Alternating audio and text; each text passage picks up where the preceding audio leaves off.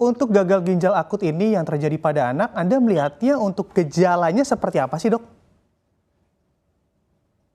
Ya, gejalanya kan biasanya memang ada diawali ada anak-anak itu batuk pilek ya, ada gejala saluran cerna ya, muntah mual ya, ada demam juga ya. Lalu nggak lama kemudian kencingnya berkurang drastis ya. Sebagian besar bahkan nggak ada kencing sama sekali. Ya. Dan anak-anak yang seperti ini kemudian dikirim ke rumah sakit ya. Kenapa kami anggap ini sesuatu yang serius? Karena anak-anak ini di terapi seperti hemodialisis ya, itu nggak semuanya berhasil ya, banyak juga yang gagal dengan cuci darah ya, nggak selamat, nggak tertolong. Kemudian juga ada yang dilakukan tata laksana sesuai dengan MISC, ini juga nggak berhasil ya. Dan ternyata memang dugaan kuatnya memang ke arah intoksikasi tadi. Oleh karena itu ini Kemenkes dan pihak-pihak terkait terus melakukan pendalaman ya, sampai mencari jenisnya mungkin apa saja dan seterusnya. Kami harapkan masyarakat tetap waspada, tetap tenang ya, dan kita harapkan hasil investigasinya segera keluar ya.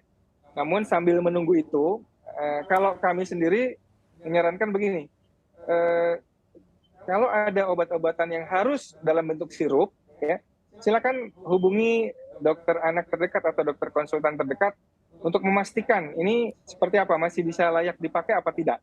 Ya. Yang kedua, coba cari tahu ini ada jaminan nggak bahwa produk obat sirup ini dijamin oleh produsennya memang bebas dari etilen glikol dan memang aman gitu ya. Ini sementara menunggu ya, ini salah satu solusi kami. Jadi obat-obat yang dicurigai etilen glikol ini yang mungkin perlu dihindari ya. Tapi Kemenkes kan kemudian mengambil langkah lebih serius lagi ya, semua obat, karena kita nggak tahu betul ya obat-obat mana yang ada dan yang tidak ada itu kita nggak tahu betul ya. Nggak ada yang menjamin ya, nggak ada yang menjamin bahwa obat itu bebas dari etilen glikol.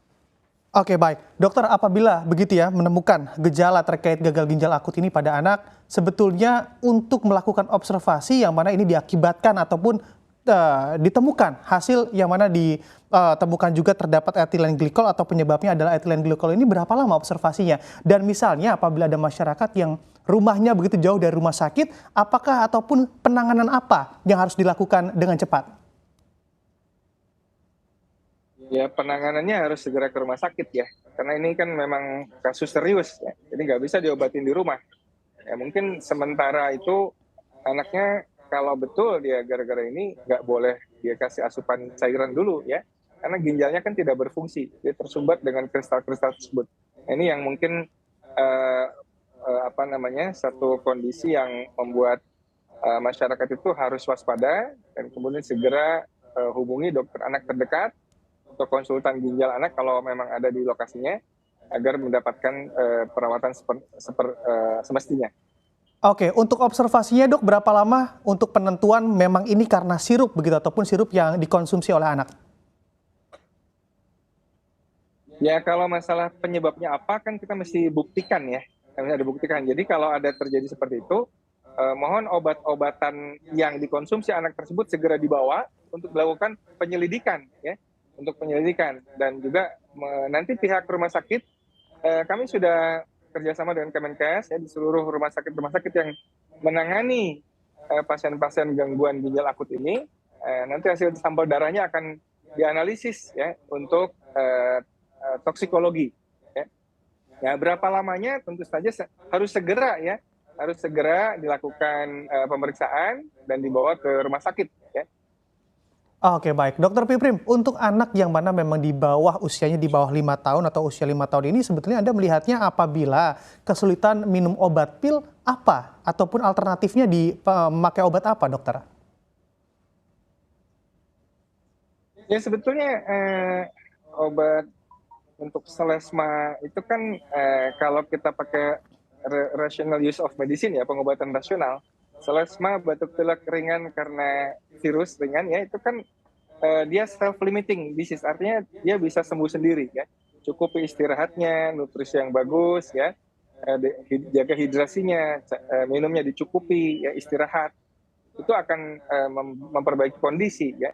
Dan nggak perlu langsung cepat-cepat dikit-dikit obat. Ini mungkin kebiasaan yang juga perlu kita koreksi ya, bahwa sesuatu yang sifatnya batuk pilek selesma itu mungkin kita perlu lebih konservatif. Beda kalau pasiennya sesak pneumonia misalkan, itu kan memang perlu dirawat, perlu oksigen, antibiotik injeksi dan seterusnya. Atau anak asma misalkan, ini butuh obat-obatan ya, inhalasi dan sebagainya. Tetapi batuk pilek yang ringan yang karena selesma ini kan memang secara rasional ya pengobatannya adalah simptomatik ya, istirahat ya, suportif maksudnya, suportif. Oke, Jadi ya seperti itulah kondisinya. oke.